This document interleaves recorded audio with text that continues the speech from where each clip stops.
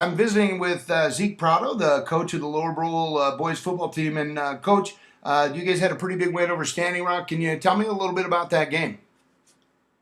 Yeah, well, we went into Standing Rock not knowing what to expect, and it was kind of interesting because they didn't play the week before. They only had about 10 players, and they played. They were supposed to play McLaughlin, Right. and so that didn't happen for them. And but when they started school on Monday, they found 8 more players, so they showed up about 18. Awesome. Cool. So that was pretty cool. They got off the bus. Again, they were bigger than us, looked a little bit more athletic than us. Um, and, during that, going into the game, during that first quarter, man, it was 6-6 Is that right? Cool. at the end of the first. And so they played tough. I thought they brought a lot to the table. And they have pretty good athletes out there. I think, down the season, what I told coaches, hey, man, I don't want to see you down the line, Yeah. because I think once they get in shape and they start really putting together their offense, they're going to be pretty good. They got a quarterback there, number one. It's a real good ball player. Right. They got a pretty good backfield too. So after that, that was the first quarter. Played us tough. Then we, do what we do and outran them and put up 20 points in the second, and it was 26-6 at half. Tell me about some of the offensive guys that have been doing it for you so far this season. We got a 2 quarterback system right now. I have Scotty Obego, who's a 2-sport athlete right now. He runs cross country and football. Just a note on that, because he did pretty well. He ran a cross country meet the other day, and then he came back and played football, man. Wow. He did, man. And so he came back. He was gassed, he was tired, but he's a tough kid that's been training all summer. So his condition is up, and I think he's mentally he's prepared for it. And then you have Shane Sazu, who played point guard, for our basketball team Sure. that I turned into a quarterback. And he's the kind of guy, that wants the ball in his hand. So what we do offensively, it gives him that option to throw it, run it, make those decisions as a quarterback. So I think, with those guys, they're competing. Nobody has quite defined who's the starter yet. Right. But, I like it because it's the competition. So those 2 guys have stepped up, on top of our offensive line. Yeah, there you go. Those guys right there, because they're 2-way starters. Right. Trayvon Head, Adam Durham, Joshua Estes, James Browse, TJ Head. Those guys are 2-way starters on, Right. on both offense and defense. So obviously those guys are the heart of our offense. They get going. TJ, who spent a lot of time in the offseason, in the weight room. Yeah. And you can see the difference. He's got a pancake. He got a 2-for-1 on one long run. Nice. Which is a pretty cool deal because he sees it, and now after practice he's in the weight room. You were telling me the other day your nose tackle is playing pretty well right now. Tell me about that a little bit. Yeah, so that's Trayvon Head. Same guy. He's a 2-gapper. This guy's going to be able to play both gaps, and they're going to have to double team. Okay, but when they do that, then they're going to free up TJ and James Browse, and so they're going to kind of have to pick and choose, who they're going to double team. But I think Trayvon Head's a strong presence right there at nose guard. Coach, who are some of the younger fellows, like a freshman or sophomore, that might be stepping up for you, or at least really showing up and working hard in practice?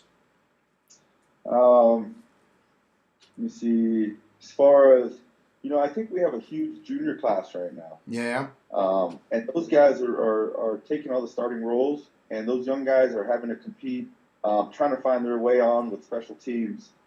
So a large part of our starters are juniors. Scotty Obego's a junior, Shane Saz is a junior, TJ Head, Trevon Head, juniors. So Yeah. and then we got a few older guys, and we have our senior classes that's filling in: Jalen Little, James Browse, Adam Durham, Lauren Longcrow, the brother of Ben Longcrow, is now playing some wide out corner for us. Right. And another junior is Cleveland Skunk that played a little bit last year and now has found a starting role. When I think freshman, Talon Kumsline, who's a sophomore. Mm-hmm. He just came out. He's trying to he had some family things go on. He had lost his sister not too long ago, Oh man. and so he's been dealing with that. But now he's been coming around. He's at practice, and he's going to be a dude, as a sophomore, and finding a role on the defensive line. Coach, tell me about your upcoming schedule. What do you guys have going on for the next couple weeks for the Sioux? Yeah, so we are away at Iroquois on Friday. We play that at 7 o'clock, so it'll be fun. It's going to be a night game. Okay. And then the following week is our homecoming against SBA.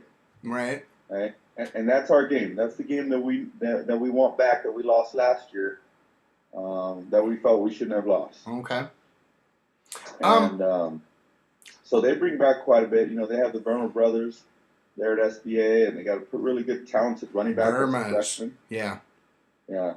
After that, then we head into Bonhomme, and then we have a bye week. Coach, I just kind of off the record here, not off the record, I guess we're talking about it, but, I was visiting with the St. Francis football coach this morning, Earl Pino, and, the St. Francis guys, they had 11 guys for their game the other day, and I just wondered if you could maybe talk about a few of the challenges that it is to get football games going so early, and how you handle some of that. Yeah, I talk about it all the time with our superintendent, with our athletic director, Yami Jack.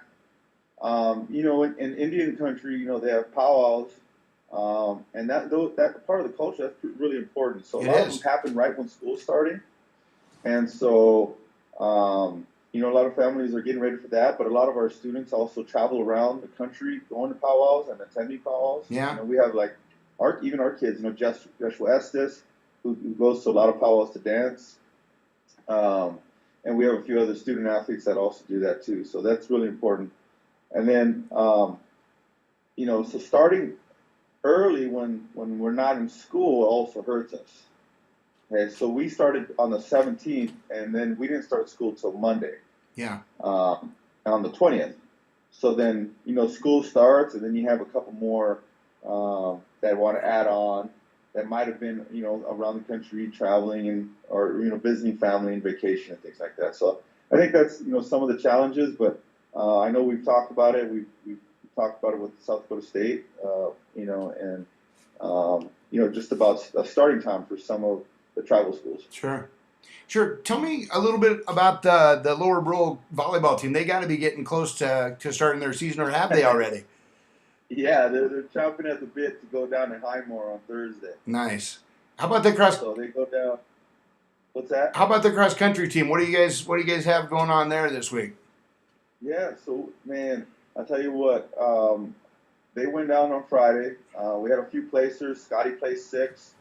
We had a lot of young kids that are running the JV, so I think they're going to travel about 16 to our next track meet, which is today. That's good. That's awesome.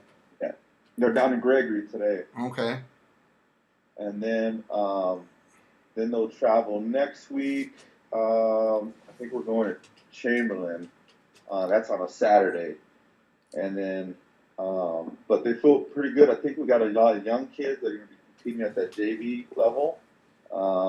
And it's a pretty sweet deal. Plus, we have our dual guys, Jalen Little, Scotty Obago, that are football cross country guys. Coach, I'm going to let you go for this afternoon, but good luck with your game this weekend, and keep it rolling up there. We'll stay in touch. All right. All right. Appreciate it. Yep. Have a good day, sir.